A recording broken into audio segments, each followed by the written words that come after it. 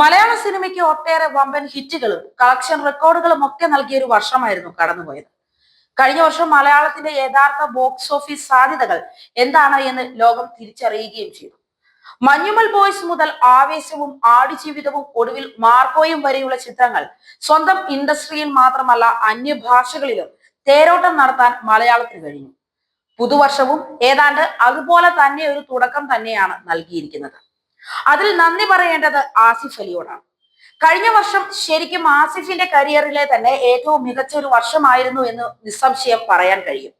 കിഷ്കിന്ധാകാന്ഡം പോലെയൊരു ദേശീയ തലത്തിൽ ശ്രദ്ധ നേടിയ ത്രില്ലർ മുതൽ പ്രേക്ഷക പ്രശംസ നേടിയ ഒരുപിടി ചിത്രങ്ങളുമായി ആസിഫ് കളം നിറഞ്ഞു. പുതിയ വർഷത്തിലേക്ക് കടക്കുമ്പോഴും ആസിഫ് അലി നല്ല ഫോമിൽ തന്നെയാണ്.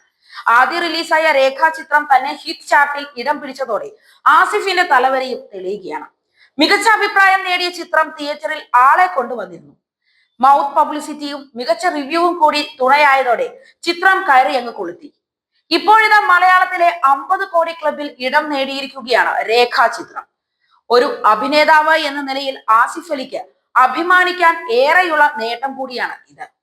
ഈ വർഷത്തെ ആദ്യ 50 കോടി ചിത്രം എന്ന നേട്ടമാണ് രേഖാചിത്രത്തിന് സ്വന്തമാക്കിയിരിക്കുന്നത്. ടൊവിനോ നായകനായ ഐഡന്റിറ്റിയും തിയേറ്ററിൽ ഭേദപ്പെട്ട പ്രകടനം തന്നെ കാഴ്ചവെച്ചുവെങ്കിലും 50 കോടി ക്ലബിൽ കയറിയിരുന്നില്ല. ആസിഫ് അലിക്കൊപ്പം വൻ താരനിര തന്നെ അണിനിരുന്ന ചിത്രമാണ് ജോഫിൻ ടി ചാക്കോ സംവിധാനം ചെയ്ത രേഖാചിത്രം. മികച്ച അഭിപ്രായം തന്നെയാണ് ജനങ്ങളിൽ നിന്നും കിട്ടിയത്. അനശ്വര രാജനായിരുന്നു ചിത്രത്തിൽ നായികയായി അഭിനയിച്ചത്.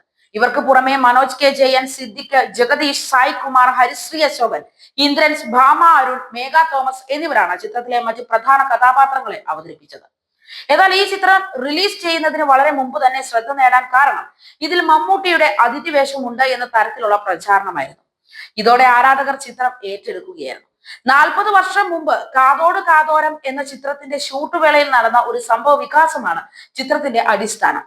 ഇതോടെ മമ്മൂട്ടി ഫാക്ടർ കളക്ഷനിൽ നല്ല ഗുണം ചെയ്തു എന്നാണ് ആരാധകർ അഭിപ്രായപ്പെടുന്നത്. എന്തായാലും ചിത്രം ഇപ്പോഴും തിയേറ്ററുകളിൽ നിറഞ്ഞോടുകയാണ്. നിലവിൽ മറ്റ് റിലീസുകൾ ഒന്നും ഇല്ലാതിരുന്നത് കൊണ്ട് തന്നെ ലോങ് റൺ പ്രതീക്ഷിക്കുകയും ചെയ്തിരുന്നു. ചെറിയ മുതൽ മുടക്കിൽ ഒരുങ്ങിയ ചിത്രത്തിന് ഇത്രയധികം കളക്ഷൻ നേടാനായി എന്നതാണ് വലിയ കാര്യം. അധികം വൈകാതെ തന്നെ OTT റിലീസ് തീയതി ഉൾപ്പെടെ വരുമെന്നാണ് റിപ്പോർട്ടുകൾ പറയുന്നത്.